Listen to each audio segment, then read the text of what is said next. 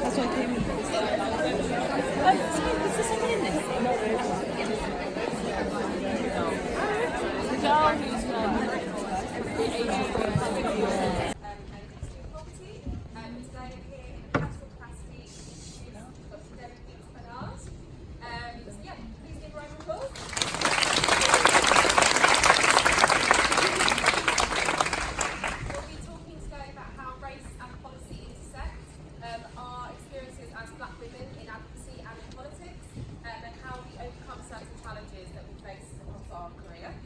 So without further ado, I'm going to introduce Dr. Debbie. Debbie's the Deputy Mayor of London for Social Integration. She leads promotion of equalities and active citizenship across London. Before becoming Deputy Mayor, Debbie worked with the Joseph Rowntree Foundation, where she led the organisation's work on poverty and ethnicity. Prior to this, Debbie worked at the One Lead Trust as Head of Research, running their work on inclusive curriculum development. She's also a trustee of the Equality and Diversity Forum, discussing a number of other intellectual panels and working parties, including the top commission of both National Union students and the London Borough Commission. She's got PhD in psychology and in sociology, and she's in the forest. Incredible, great.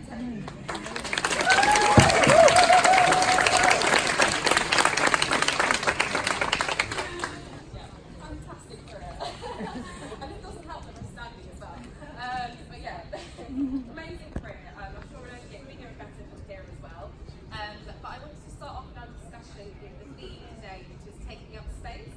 And I found this piece of statistic recently that showed that 32% of charity CEOs are women and just 3% are from Black, Asian and ethnic backgrounds. You're the first Deputy Black Mayor of London, which is pretty exciting and really inspiring for all of us. And you are literally taking up space in the City Hall.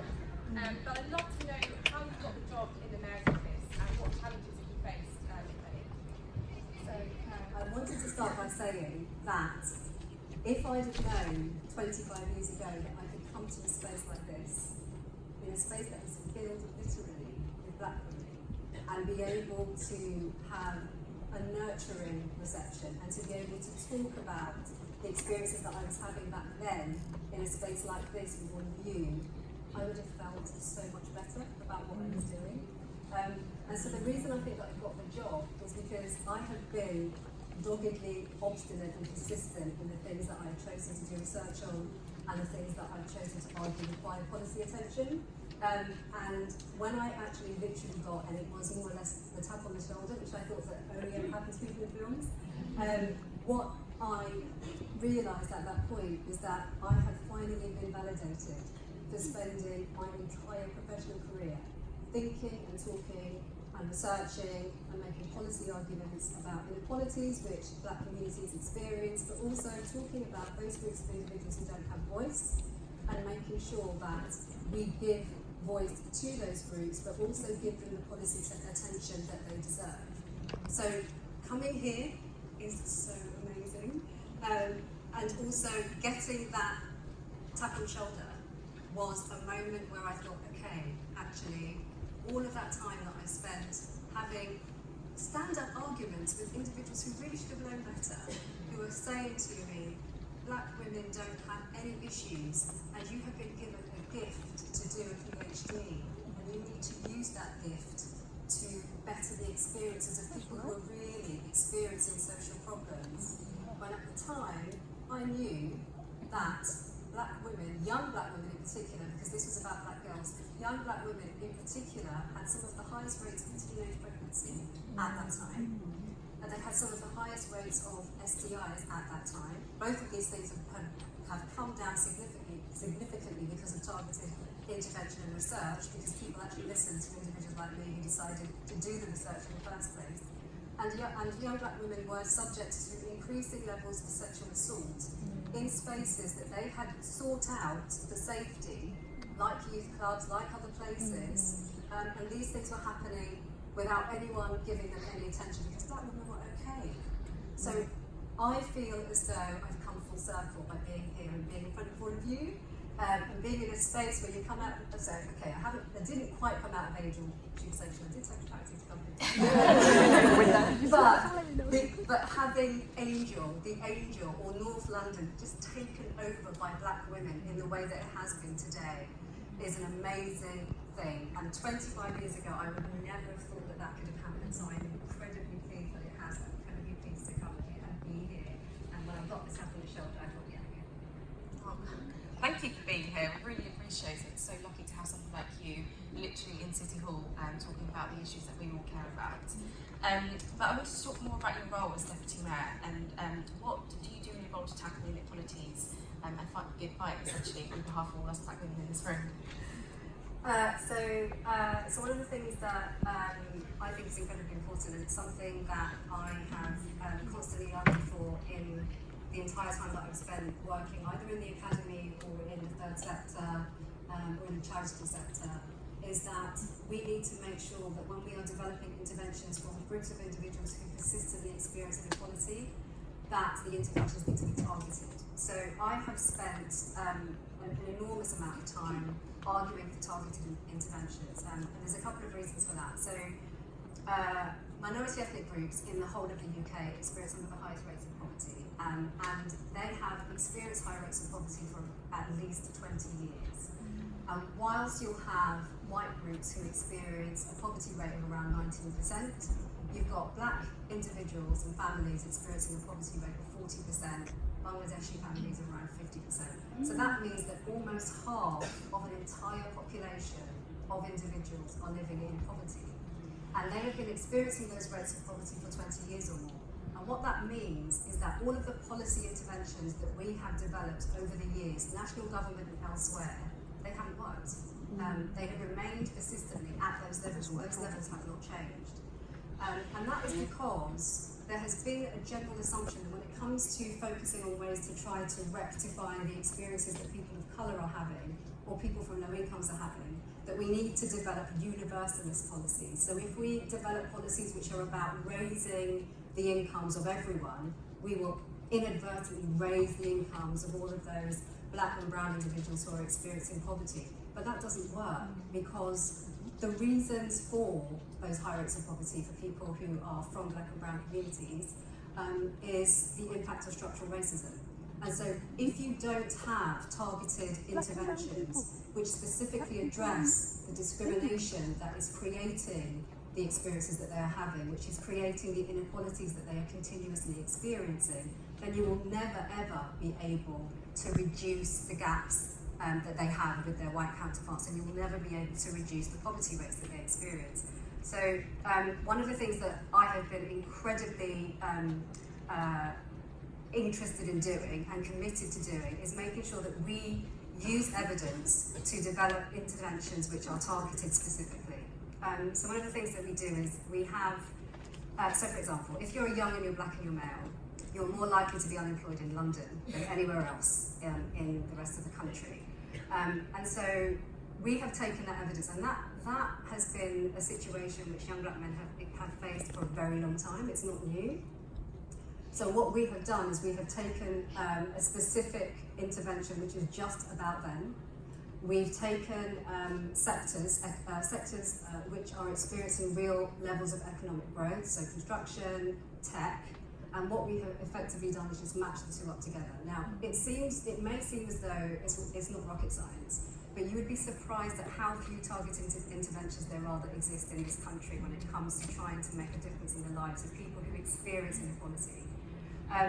We have a race disparity unit that some of you may know about, which is situated in the Cabinet Office. And I remember at the time when Theresa May announced that she was going to have this race disparity unit, and there were many of us who were working in various sectors who said, well, we kind of already know what the issues are for black and brown communities, but we support you getting the evidence. It's important to have the evidence.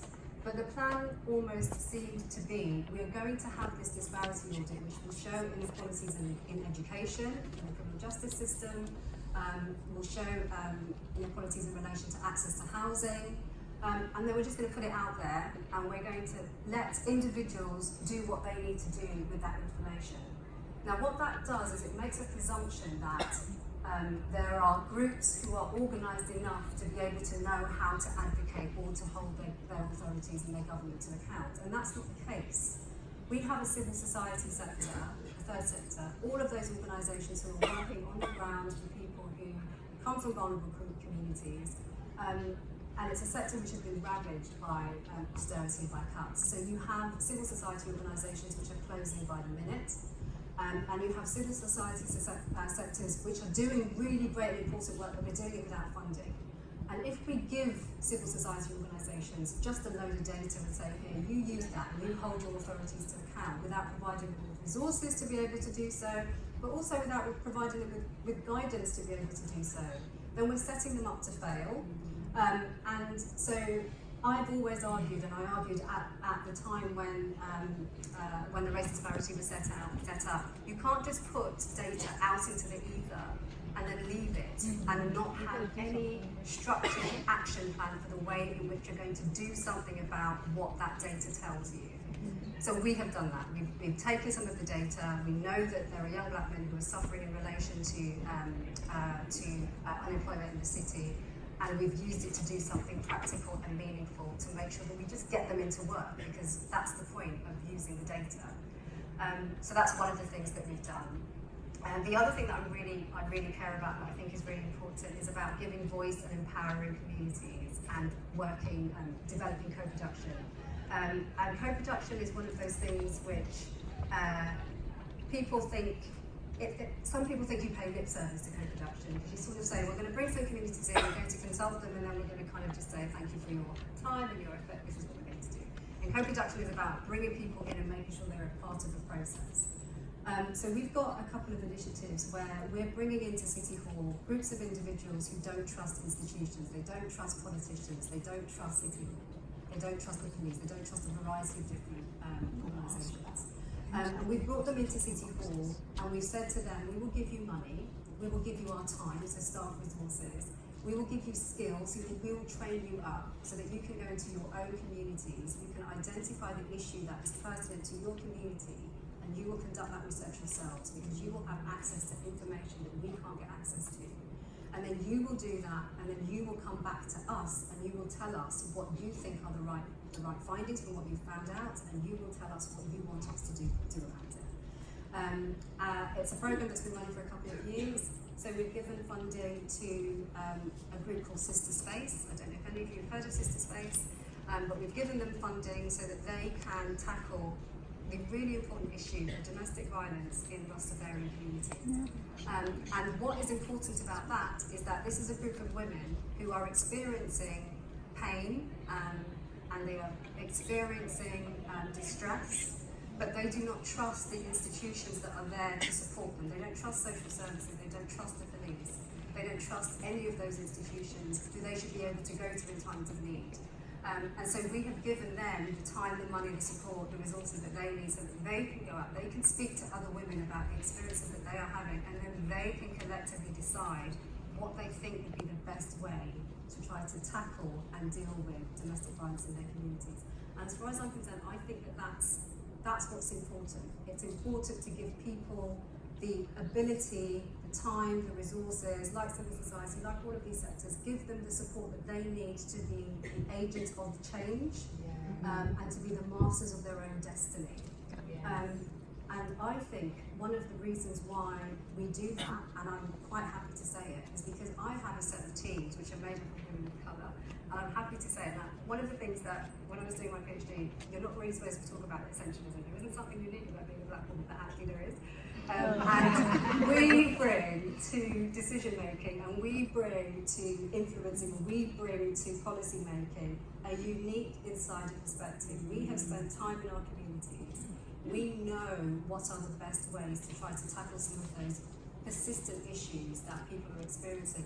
And also, and we may be talking about this later, when it comes to leadership or when it comes to decision making, because black women have formed that group of individuals that everybody thinks is okay, and around which there is just general silence or just absence, we know that if you have a definition of an ordinary individual, that ordinary individual will not be us. So we are open-minded. We can see what diversity actually means. We can see what difference actually means. So a lot of the initiatives that are coming out of City Hall from my team, I think purely are just great and fabulous because there are women of colour who are designing them. And I'm happy to say it in front of you guys, and I probably wouldn't say it in front of the mayor. But we do bring that uniqueness to the work that we do, and I think that's what makes the work we do. Hopefully. So that's incredible. I love hearing all the things that City Hall are doing to combat racism and inequality, so thank you for giving us that brief. So really great that you spoke about that, but also completely agree that you need numerous policy decisions to combat the issues of research and violence. But I wanted to ask you why you think policy engagement and research is important, particularly for Black women. So I think it's important because there's not enough of us there. And I think that some of the policy decisions that have been made on our behalf have been as a result of us not being there. And so that's why they haven't worked. So I think that it's important for Black women to be in research and in policy because we can bring something to it. I also think that using evidence just makes us better advocates. I think having evidence at your disposal helps you to get into those arguments that people will try to have with you, and possibly have had with many of you for a very long time, when they try to put you in your place, and when they try to tell you about your own experience. And I think having evidence at your disposal makes you have a better argument, and makes you make a better point.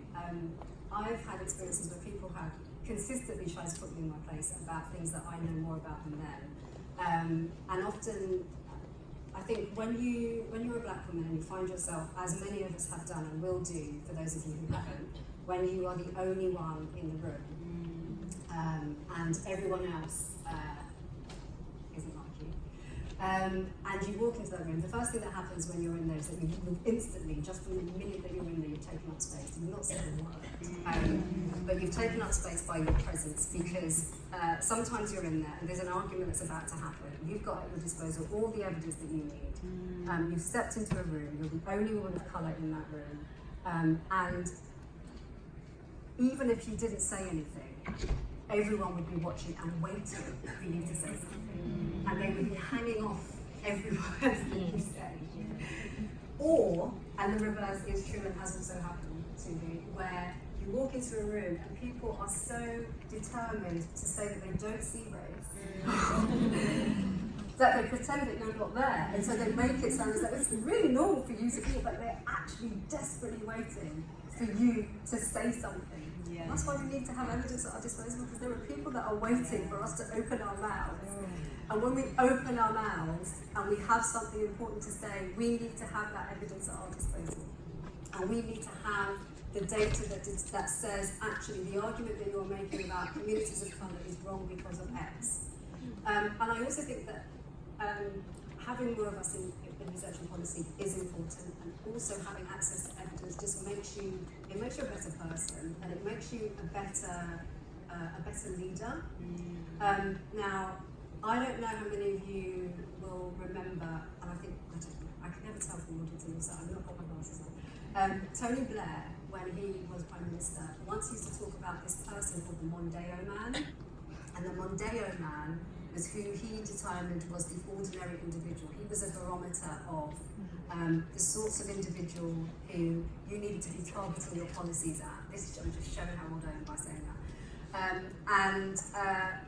All too often, politicians, and I say this full well knowing that I'm in politics, but politicians make policy on the basis of anecdotes, and they make policy on the basis of a conversation that they have had with a person, which they think is demonstrative of a set of individuals, and therefore that we need to have a whole policy shift because of this conversation that I had with this person. So the Mondeo Man was one of those individuals who Tony Blair had a conversation with about And I actually think that having evidence at your disposal is the best way to develop policy.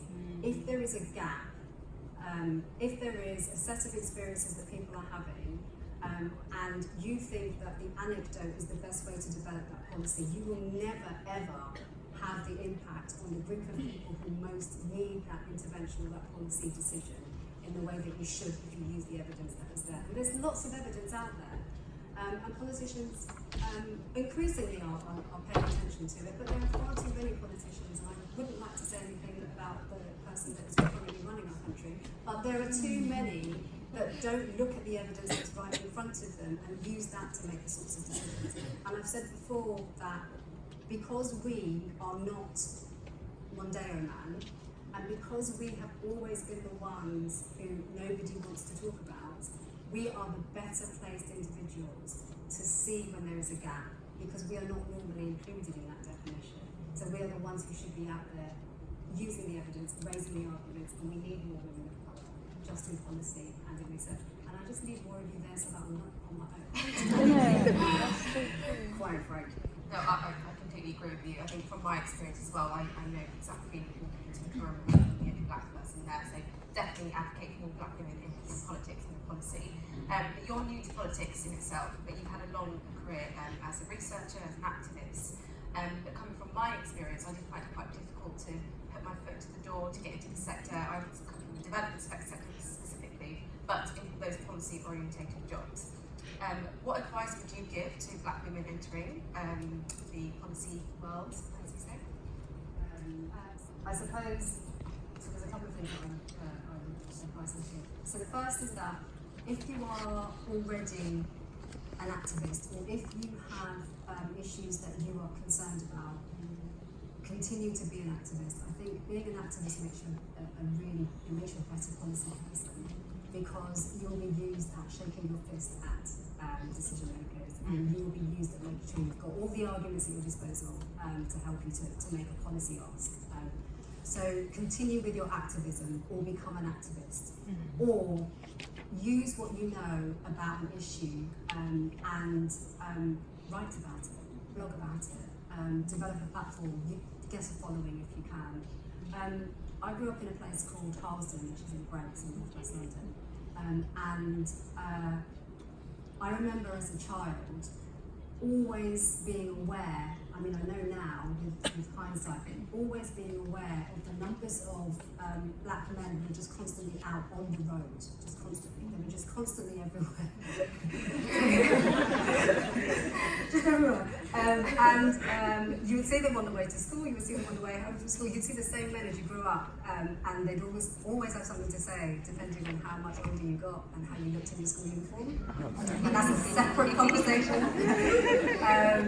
But I would always see these, and they would be just on the road. They'd be there in the morning, they'd be there in the afternoon. They would not have moved, and they would spend their entire time outside the bookies, outside the barbershop, outside the newsagents, outside wherever. And at that time, I did not realise how high unemployment in that part of London actually was, until I left it and went elsewhere, and had the opportunity to see the sorts of social problems which were rife where I was living.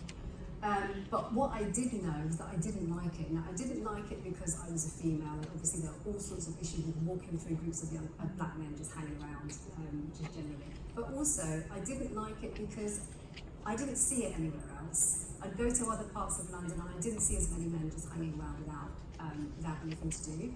So I realised that there was an issue in the place in which I had been born, and I did not like it, and I wanted to do something about it. Because you would see younger guys who you might have gone to primary school with, and when they started to join the men that were sitting outside the bookies, outside the newsagents, outside the whatever, and you thought, actually, so this is your life now, you realised that there was a cycle of deprivation that was going on in that place, which no one seemed to care about. And I'm sure Brent Council did care about it, and if there's anyone here from Brent Council, I am not casting any disparaging comments whatsoever, because Brent Council is a good council, my parents still live there. But I felt myself that I wanted to do something about it, and became a social justice warrior, if you like, from a very young age, because I thought that this was wrong.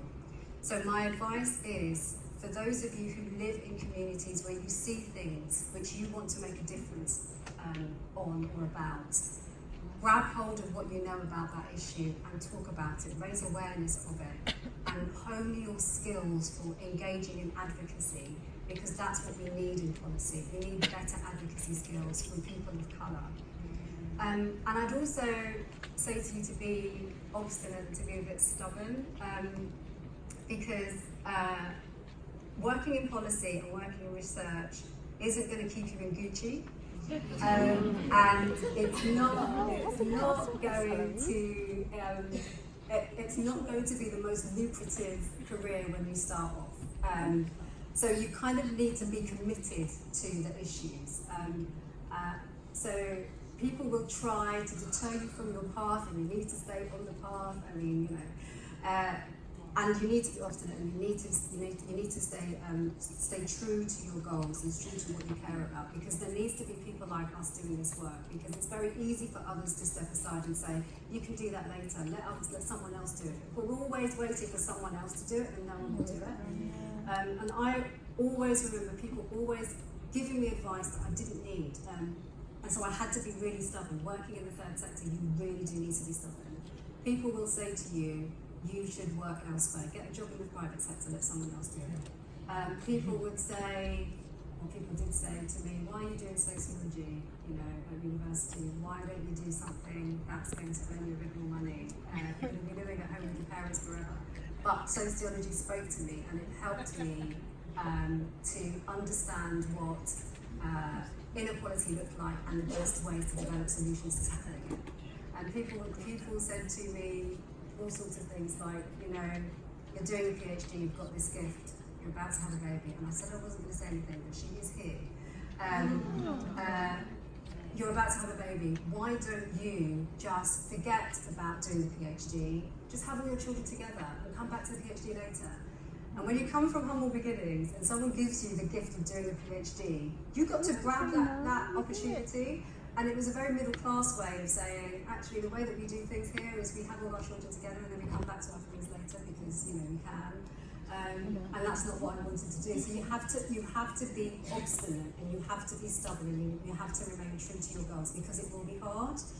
And if you want to get into policy development, and if you want to get into research, the civil society sector needs you. And I know that I shouldn't be advocating going into the civil society sector when it is struggling financially and it's taking on a lot more demand, because there are lots and lots of cuts which are reducing access to statutory services, so everyone is coming to the civil society.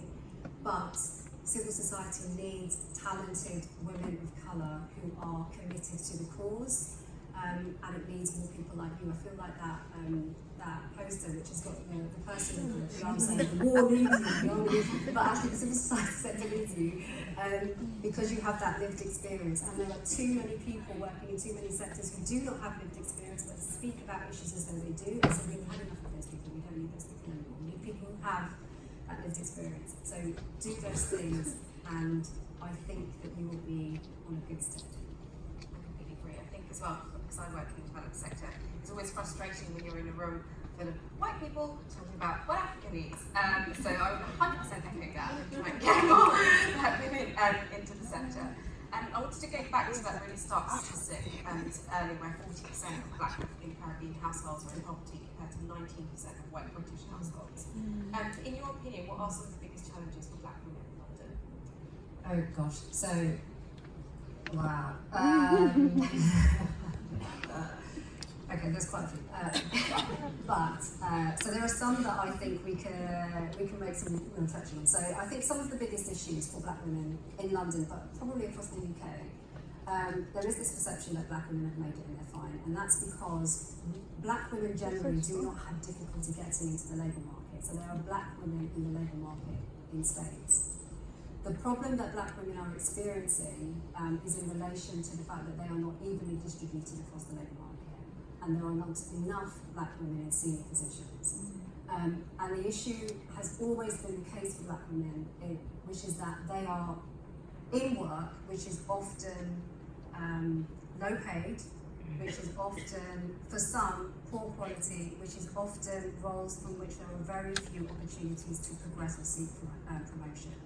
So if you think about some of the sectors that exist in our labour market, particularly here in London but elsewhere, you will find a disproportionate number of black women working in social care, a disproportionate number working in retail and hospitality.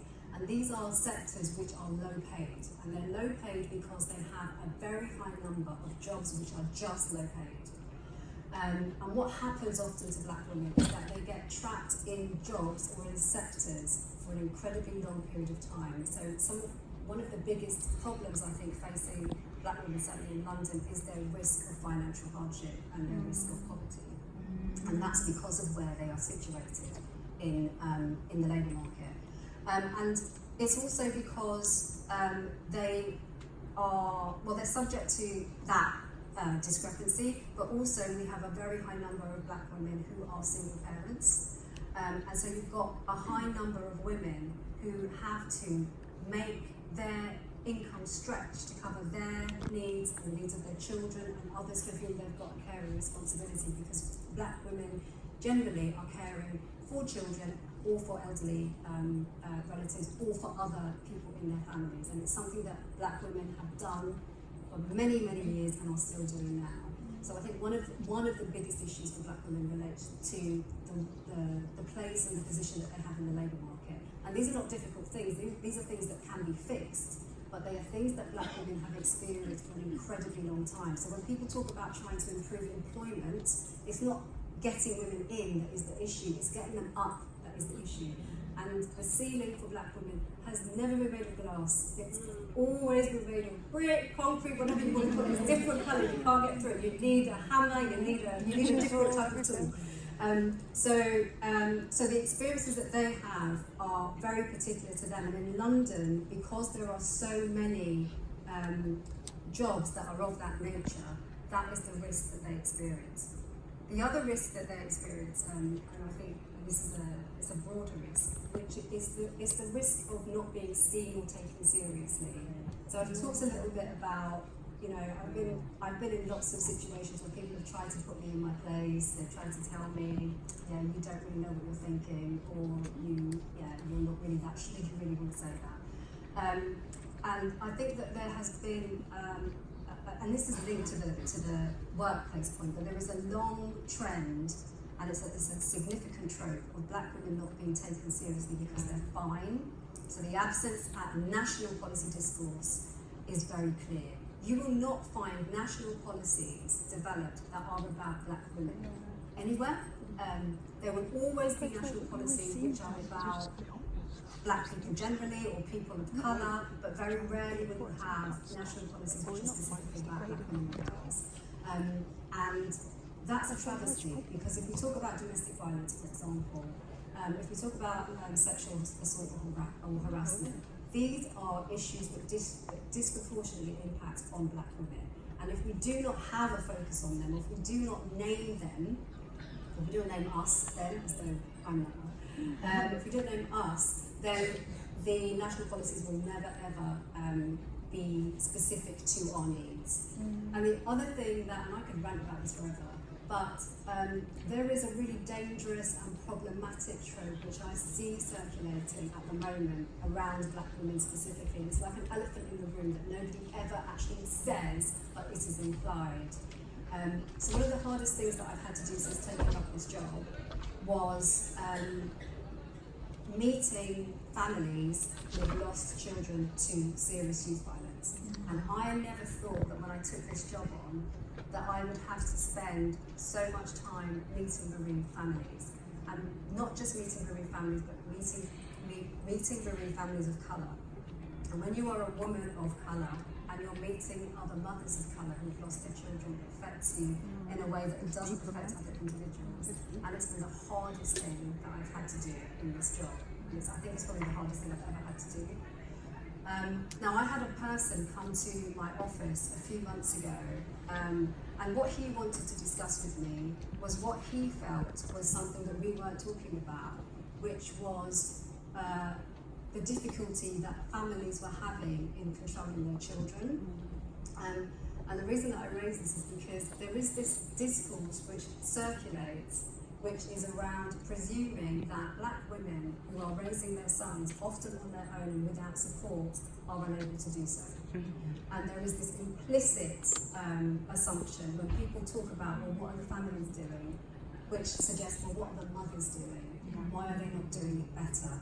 And I have a friend, her name is Tracy Reynolds. She's a professor at Greenwich, and she has written consistently about the ways in which we describe black women as parents and as mothers, and it's always in terms of a deficit. They're not doing enough. And that's because this goes hand in hand with another trope, which is this about black women. We are superwomen, we're doing everything. We're holding up all of these balls, so we're doing a PhD and we're having a child, and we're not having all our children together, and we're not coming back to the PhD later, and we're doing all of this stuff. So when a child dies, or when there is a problem which occurs within the black community, the black woman has dropped the ball, and it's her responsibility to keep the balls in the air. So I think that a problem which is more difficult, I think, to do something about is the trope which surrounds the perception that black women are responsible for black communities' ills. And whilst I think there is a lot we can do to tackle poverty, and there is a lot that we can do to tackle workplace discrimination, and we should be doing more, and don't worry, I'm going to be making sure that the government does as much as possible. That particular trope is a more difficult one to tackle because it's a societal one. So that man, and he was a man, and he came in and he tried to say that to me and another woman of colour who works in my team, and I shut him down instantly. And I will not have people say that. And also he came to my office to say that, so you need to leave. But as long as you have people in positions of power, like me, who can see and smell that kind of discriminatory definition of black women coming at 20 paces, we should have the opportunity to push that to the back. This is why we need more of you, so that I'm not doing it myself. But this is, I think, a really pernicious issue that we need collectively as black women to stand up and say it is not acceptable. You spoke briefly about things that City Hall and Canara are doing to help black women and black people in London. But I wanted to know if you had any future plans. You said you touched upon things that you want to do, but can you touch upon that a little bit more? Yeah, sure.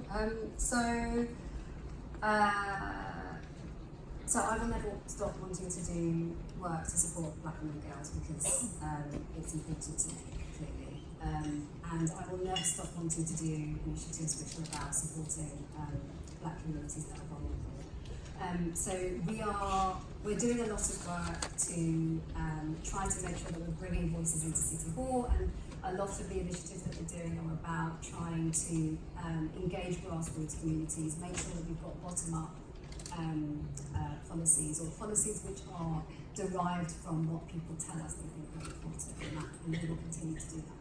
And one of the things that I do want to do more of is to make sure that I'm bringing into City Hall the voices of young people. And so I've got this fabulous team of women of colour.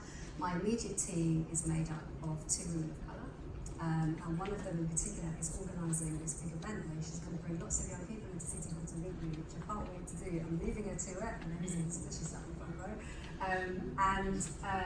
What's important about that is that I want to do more of that because, so I've been in the post since November, and lots of people didn't know that I was in the post, and I'm sure there's lots of you who probably didn't know that I was in the role. And that's because I landed in the middle of a delivery period. Matthew Ryder was the Deputy Mayor of Social Integration before me. He had an incredibly difficult job of building up a team, which had been neglected by the previous administration because equalities wasn't an issue, so they were given a really small corner, very small team, that's the difference. So he built up a really big team, and so when I arrived, it was full speed ahead, and we've just been getting on with delivery. And what that meant is that I wasn't getting out there and meeting the people who needed to see me, to see that it's possible and to take inspiration from my presence. And so I want to do more of that. I want to make sure that I'm meeting young people who are interested in politics, who are interested in policy, who are interested in advocacy, who want to see that it's possible, and want to meet with people who can speak to them, who they can engage with, and who are open to speaking to them. And I am fairly open, and Sasha is my special advisor when she's here, and I know that she'll hate me for saying this, but I am pretty open, which is that I do want to be as open as possible. I do have a lot of things to do in my diary, as incredibly full, but I tell you what, when a young person says that they want to meet me, and they want to talk to me, and they want to just ask me questions about how I got to where I got to, I say that's fine, and I meet them when I speak to them, because I think it's important, so I want to do that. And I do want to make sure that the work that we do centralises the experiences of black women and girls, and I want to do more to make sure that the work that we do centralises the experience of people of colour. But what I'm really keen on doing is making sure that the work that we do is about celebrating the greatness of our community, because a lot of the work we do from City Hall, to be quite frank, when it has to do with black communities, is about dealing with social problems. So we spend an awful lot of time talking about social problems because it is an issue in our city. What I want to make sure that we are doing is sending out a message that actually there is a lot of positivity in our community, there are a lot of people out there that are doing great things. Black Girl Fest is one of those things, which is positive, it's amazing, and giving young people inspiration, making sure that they can recognise that there are opportunities, that everything isn't doom and gloom is certainly one of the things I want to do more of. That's really exciting. And that's how you get into politics. I got into politics by accident, but everything that I've done up until the time I got this job has been about politics. If you're working in advocacy or policy, you're doing the work of a politician already. So I think we need to, and this is about us in a way, we need to carve out our own spaces and we need to develop our own networks. Black Girl Fest is a network. There are so many black women here at this particular moment in time, and we need to use each other to share information, to share tips, to share ideas. We need to use each other to help us to get on, because there are networks to which we do not have access. I have never had access to those networks. My daughter, who is in law, has never had and never will have access to those networks. None of my other children will have access to those networks unless I give them a network. So I'm giving them you. You are their network. Please take a call for my children. So we need to make our own networks for ourselves, and we need to carve out those spaces for ourselves. And it's hard to do that, and it's tiring to do that, and it's exhausting to do that, and it's unfair that we have to do that. But that is the only way that we will be able to try to crack through that ceiling that's really difficult to get through, because otherwise politics will remain male and it will remain white. And we'll only have the amazing Dawn Butler, who I know was here earlier. We'll only have her, we'll only have Diane Abbott, we'll only have those individuals doing great work and no one following behind them. So I think we need to get over that internship issue fast. Into City Hall, and our last summer internship was made up exclusively of young black people of colour.